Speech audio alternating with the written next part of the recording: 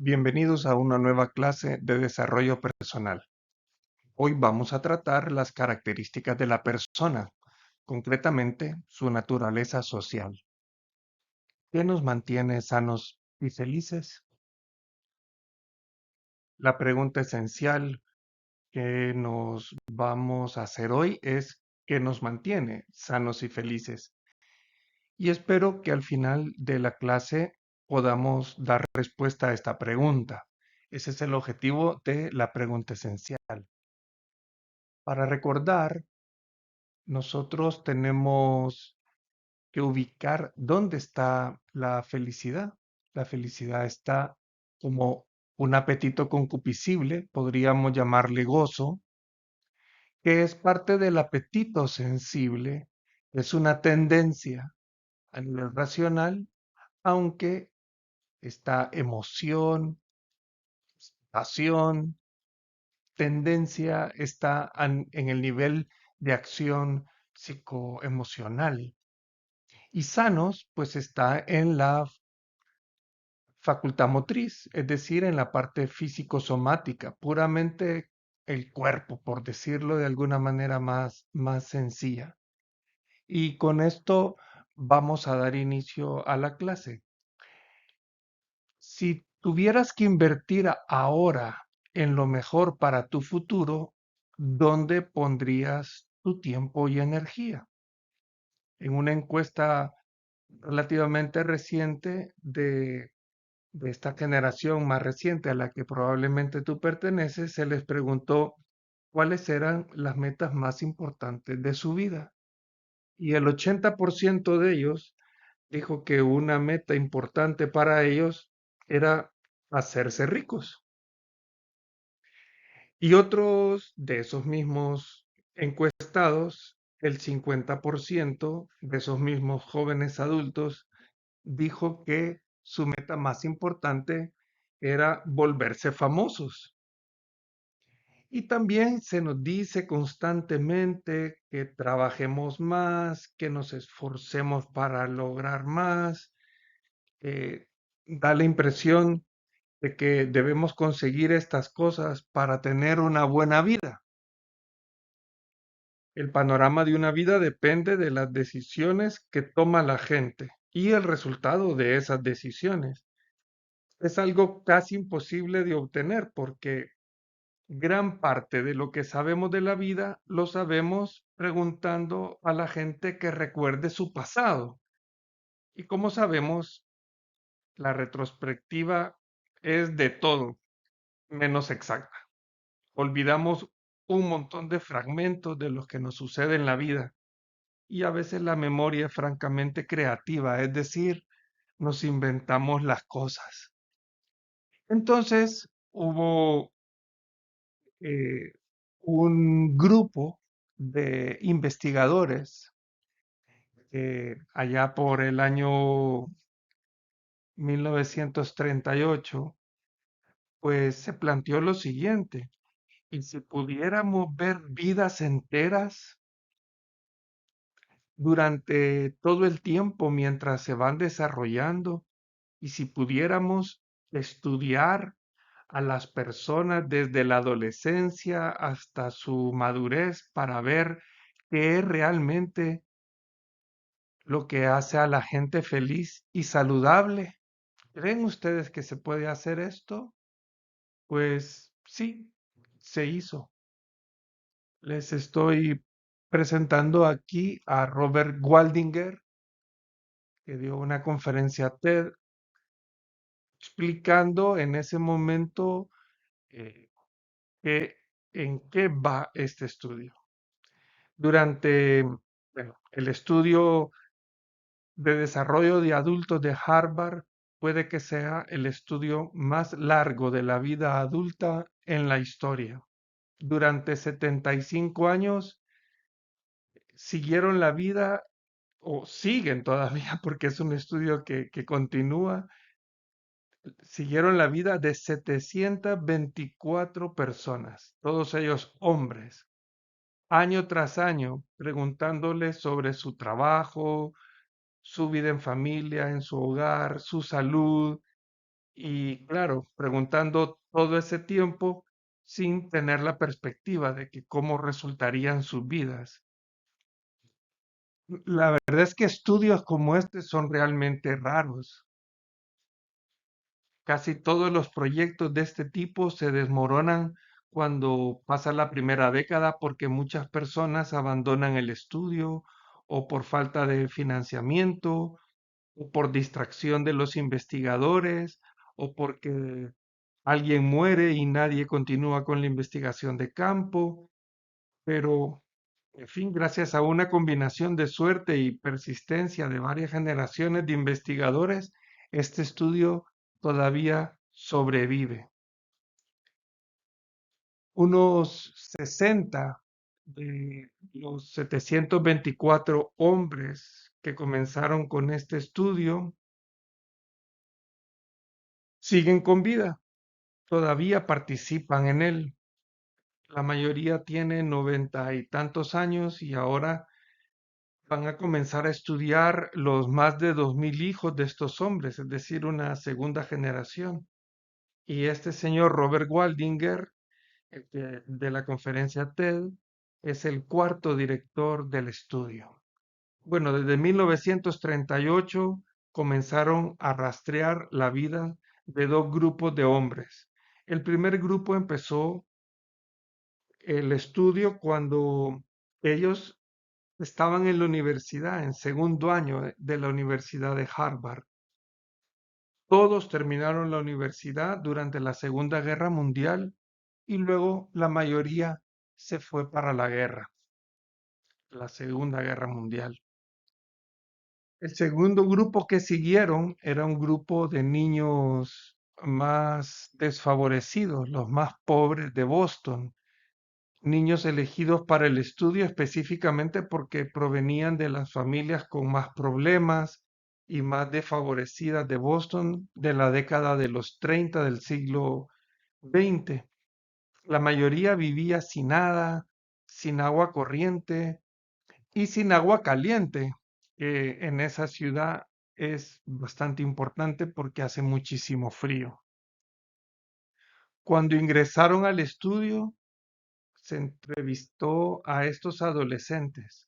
Se les hicieron exámenes médicos, fueron a sus casas, entrevistaron a sus papás y luego, cuando estos adolescentes se hicieron adultos y cada uno hizo su vida, algunos fueron operarios de fábricas, otros fueron abogados, albañiles o médicos, uno fue presidente de Estados Unidos, algunos se hicieron alcohólicos, unos pocos sufrieron una esquizofrenia, algunos tuvieron un ascenso social desde la base hasta la cumbre y otros fueron en sentido contrario. Los fundadores de este estudio, ni en sus fantasías más alocadas se les hubiera ocurrido que hubiera durado ya casi 80 años y que todavía siguieran estudiándolos. Cada 2 años eh,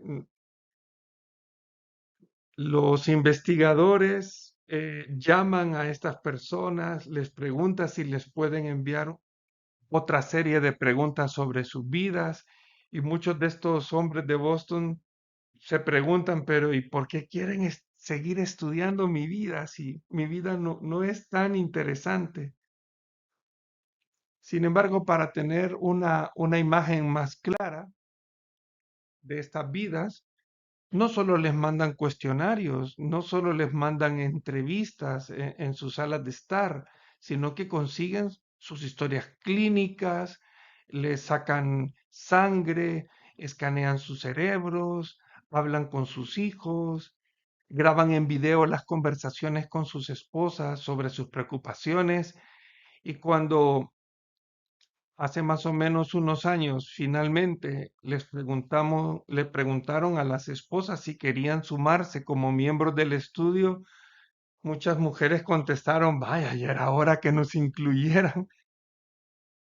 Bien, eh, ¿qué es lo que ellos han aprendido con todo este estudio? ¿Qué lecciones surgen de estas decenas de miles de páginas de información que van generando sobre tantas vidas.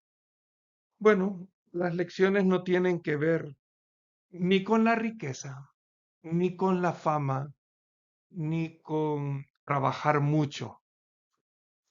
El mensaje más claro de estos 75 años de este estudio es el siguiente. Las buenas relaciones entre personas nos hacen más felices y más saludables. Punto. La conclusión es como muy obvia, pero hay tres cosas sobre estas relaciones entre personas o relaciones interpersonales que ellos quieren destacar. La primera es que las conexiones sociales nos hacen muy bien y que la soledad mata. Resulta que las personas con más vínculos sociales, con la familia, los amigos, la comunidad, son más felices, más sanos y viven más que las personas que tienen menos vínculos. Y experimentar la soledad resulta ser tóxico. Las personas que están más aisladas de lo que quisieran de otras personas se encuentra que son menos felices, son más susceptibles a recaídas de salud a la mediana edad, sus funciones cerebrales decaen más precipitadamente y viven menos que las personas que no están solas. Y lo triste es que, al menos en Estados Unidos, que es donde más estadística se lleva, más de 1 de cada 5 informan que están solos. Y sabemos que se puede estar solo en la multitud. Incluso sabemos que se puede estar solo en el matrimonio. Por eso, la segunda gran lección de este estudio que aprendieron es que no tiene que ver con la cantidad de amigos que se tengan. Tampoco tiene que ver con que si se está o no en una relación. Lo que importa es la calidad de las relaciones más cercanas. Resulta que vivir en medio del conflicto es muy malo para la salud. Los matrimonios muy conflictivos, por ejemplo, sin mucho afecto, resultan ser malos para la salud, quizá peores que el divorcio. Y vivir en medio de relaciones buenas y cálidas da protección. Cuando en este estudio los hombres llegaron a sus 80 y tantos, analizaron cómo fue su mediana edad para ver si podían predecir quién se convertiría en un octogenario feliz y saludable y quién no. Y cuando recolectaron todo lo que sabían de ellos, cuando tenían más o menos 50 años, no fueron los niveles de colesterol a la mediana edad los que predijeron cómo iban a envejecer. Fue el grado de satisfacción que tenían en sus relaciones. Las personas más satisfechas en sus relaciones a los 50 años fueron las más saludables a los 80 años. Y bien, las relaciones cercanas parecen amortiguar algunos de los achaques del envejecimiento. Las personas sometidas al estudio, hombres y mujeres, están en parejas felices, informaron a sus 80 y tantos años de cuando sentían más dolor físico, seguían de buen humor. Pero las personas que están en relaciones no felices, todos los días informaban tener un dolor físico y este se hacía cada vez más grande por el dolor emocional. La tercera gran lección que aprendieron sobre las relaciones y la salud es que las buenas relaciones no solo protegen el cuerpo, también protegen el cerebro. Resulta que estar en una relación de apego seguro con otra persona de los 80 y tantos años da protección. Las personas que están en relaciones en las que sienten que pueden contar con la otra persona si lo necesitan, los recuerdos de esa persona permanecen más nítidos durante más tiempo Y las personas en relaciones en las que sienten que no pueden contar con la otra persona son gente que pierden antes la memoria. Pero las buenas relaciones pueden no ser armoniosas todo el tiempo. Algunas parejas octogenarias podrían pelearse a veces sí y a veces también, pero en tanto que esas parejas sienten que pueden contar con el otro cuando las cosas se ponen difíciles, esas peleas no quedaban en sus recuerdos. Pero este mensaje, este estudio, que aquí les muestro la página web de este estudio, de estas relaciones buenas y estrechas, que son buenas para la salud y el bienestar. Esta sabiduría es vieja, no es nueva. Entonces, ¿por qué es tan difícil de entender? ¿Y por qué es tan fácil de ignorar? Bueno, porque somos humanos. Nos gustaría tener una solución rápida, inmediata, algo que nos mejore la vida y además que sea permanente. Y sin embargo, las relaciones son un problema, son un lío, son complicadas. Cuidar a la familia y a los amigos no es algo atractivo ni glamoroso. No, dura toda la vida, no termina nunca. En este estudio, que ha durado pues ya más de 80 años, las personas más felices al jubilarse fueron las que activamente reemplazaron compañeros de trabajo por compañeros de juego cuando se jubilaron. A todas estas personas que les comenté que al inicio, que jóvenes adultos, que se les entrevistó, se les encuestó, pues al igual que ellos, muchos de los que están en este estudio, pues creían que lo que realmente los hacía felices era la fama, la riqueza y tener un buen trabajo. Que eso era lo que necesitaban, pero con el tiempo, en estos 80 y pico de años, el estudio ha demostrado que les fue mejor a las personas que se inclinaron por las relaciones, con la familia, con los amigos, con la comunidad. Entonces, la pregunta de ahora es más personal. ¿Y qué hay de ti? ¿Y qué pasa contigo? ¿Cómo son tus relaciones interpersonales? Digamos que tienes 18, 20 o 21 años. ¿Qué implica entregarse a estas relaciones, dedicarse a esto, cambiar tu perspectiva de vida? Que las posibilidades son ilimitadas. Podría ser tan simple como pasar más tiempo con las personas que con las pantallas, o amenizar una relación deteriorada haciendo algo nuevo juntos, caminatas largas, o salir los fines de semana, o acercarse a ese familiar que no hemos visto en años, porque, en fin, las disputas familiares tan comunes dejan una pérdida terrible en las personas que guardan rencores. Al final, Robert Waldinger, quien sigue dirigiendo este estudio en este momento en que yo estoy eh, intentando impartir esta clase, pues termina la conferencia con una palabra de Mark Twain, que escribió hace más de un siglo. Él en ese momento estaba analizando su vida y escribió lo siguiente: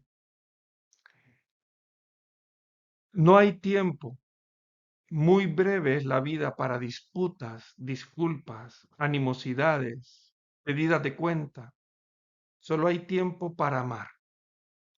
Y solo es un instante, por así decirlo, para eso.